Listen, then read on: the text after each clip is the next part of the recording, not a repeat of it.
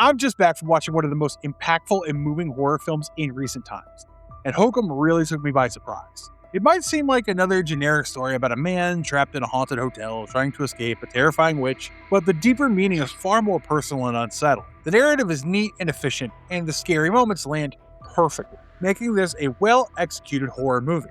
Personally, I'm still in awe at the thought-provoking ending, when you finally get the context of what the witch represents in the story.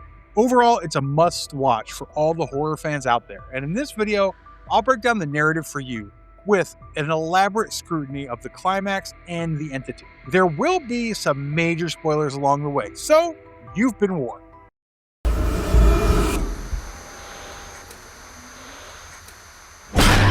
How does the film set up the premise? This film by Damien McCarthy, starring Adam Scott in the lead role, opens in the most familiar fashion. We're introduced to the protagonist, Om Bauman, who is an author struggling to finish the epilogue of his successful Conquistador trilogy. He has a vision of his dead mother at home, and this prompts him to visit the Bilberry Woods Hotel in rural Ireland, where his parents had been on their honeymoon back in the day. Om plans to lay their ashes in this place, and maybe it would be some kind of closure for him as well. The story is quick to introduce some of the other main characters that we're going to see ahead, such as the owner of the Hotel Cobb and his son-in-law, and the front desk manager, Mal. Some of the other staff of the hotel includes the groundskeeper, Fertile, bellhop, Albie, and the bartender, Fiona. Om is not the most outgoing individual, but he warms up to Fiona, who even helps him to identify the location of a photo that his mother took. Om gets the job done and spreads his parents' ashes. And he also comes across a strange man named Jerry, who's a local who lives in his van. He also consumes milk laced with magic mushrooms, so you can imagine that he's quite the character. Eventually, Om learns more about the hotel during a conversation at the bar, where Fiona and Albie tell him about the honeymoon suite of the hotel that stays locked up. Apparently, the suite is haunted by a witch, and the owner, Cobb, has trapped the witch inside. However, what could have been a stereotypical haunted house drama quickly changes course. During an unexpected outburst, Om comes down harshly on Albie and humiliates him for his dream of being a writer like him. After he returns to his room, Fiona decides to check on him, and she finds out that he's hanged himself. When Om finally wakes up, he's at a hospital, and it turns out that Fiona has actually saved his life with her timely intervention. The attempt to hang himself was probably a spur-of-the-moment thing, because I feel like he's almost grateful to be alive. But something disturbing awaits him when he gets back to the hotel. He finds out that Fiona is missing since the hotel's Halloween party, and the magic mushroom consumer Jerry is the primary suspect.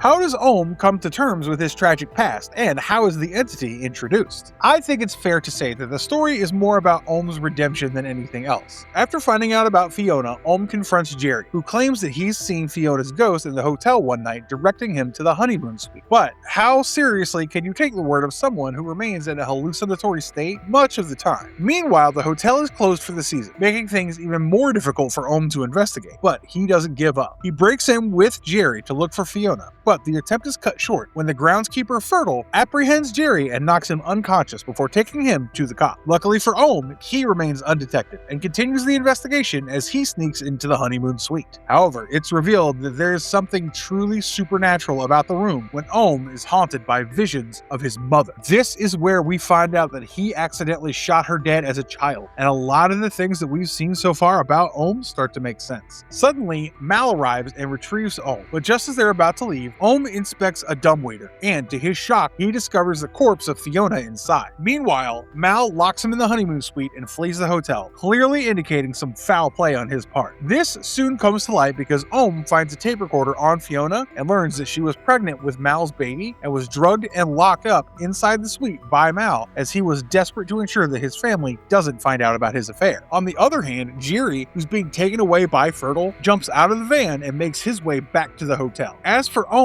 he expresses further hauntings as he remains locked in the suite, struggling to find a way out. When he tries to descend via the dumbwaiter, he encounters the fabled witch and is forced to escape back up into the suite. Here, he's able to fend her off with a protective circle of chalk, but by morning, Mal returns to the hotel to finish the job. Om cannot survive if Mal is to go unpunished, but his plans complicate further when he finds Jerry at the hotel, attempting to get into the honeymoon suite. He tries to persuade him into leaving, but by now, Om is alerted of his presence ends, and he rings the sweet bell to let him know. But it's not Jerry's story to be the savior, and he's shot dead with a crossbow by Mal, who also sets fire to the hotel to cover his tracks for good. Finally, he enters the honeymoon suite to murder Ohm, who in turn flees into the basement with the keys to the suite elevator. Mal finds the keys as well, but he gets attacked by the witch, who drags him into the hellish realm. Meanwhile, Ohm finally comes to terms with his traumatic past and makes peace with his mother's ghost. He's able to escape from the basement and the suite courtesy of his mother, who passes him the tool that he needs to escape the witch. Later, as the hotel burns, Ohm collapses, but Fergal is there to save his life. The movie ends with Albie's visit to the hospital to see Ohm, as he informs Ohm that Fiona and Jerry's remains have been found, but Mal is missing. He also admits that he spiked Ohm's whiskey bottle with Jerry's mushroom powder, and suddenly, I start to wonder if a lot of things that Ohm witnessed so far are even real, because he drank from the bottle during his night in the suite. But Ohm spots some rust on his wrists, which came from being put in chains earlier. So clearly, things really happened, or at least most of it did. It seems like he has the resolve now to become a better man, and he promises to read Albie's manuscript even though he dismissed him earlier. He also writes a more hopeful ending to his Conquistador series, and life comes full circle for him as he finally embraces the reality of his past.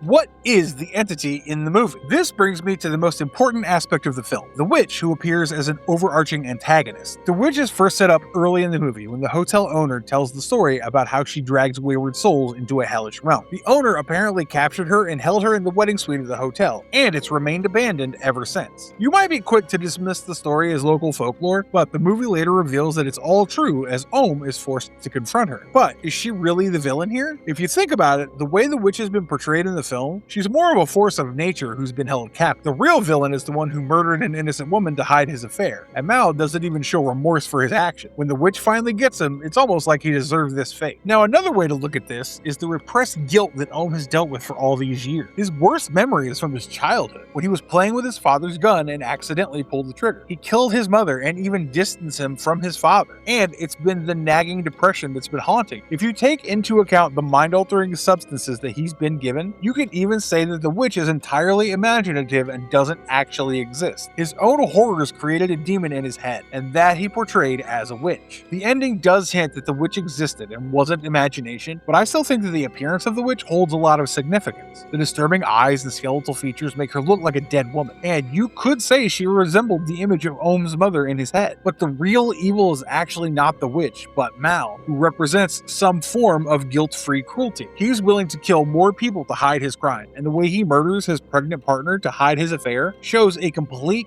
disregard for any human ethics. The witch is dangerous, but she's supposed to be threatened, while Mal has been perceived wrongly all along. I love the folklore horror ambiance of the film, and the director, who previously worked on films like Oddity and Caveat, manages another memorable movie to his list. The ones who are familiar with McCarthy's work will know that he creates his own world through tone and theme, and Hokum does the same with some masterful world building. I really enjoyed seeing the performance of Adam Scott as Ohm, and even though the cast of characters is relatively small, it feels enough for the intense storytelling. The setting is perfect, and West Cork, Ireland offers the perfect folk horror backdrop. I also must spare a word for the composer Joseph Bishara, who creates an ambiance of dread that adds to the viewing experience. All in all, the movie is a must-watch if you enjoy the genre, and I strongly recommend watching this in the theaters. Let me know in the comments below your thoughts about the film, and also share your insights about the witch and what it actually represents in the story. If you appreciate the efforts to bring you this content, please hit the like button and subscribe to our channel for more videos. And as always, stay marvelous.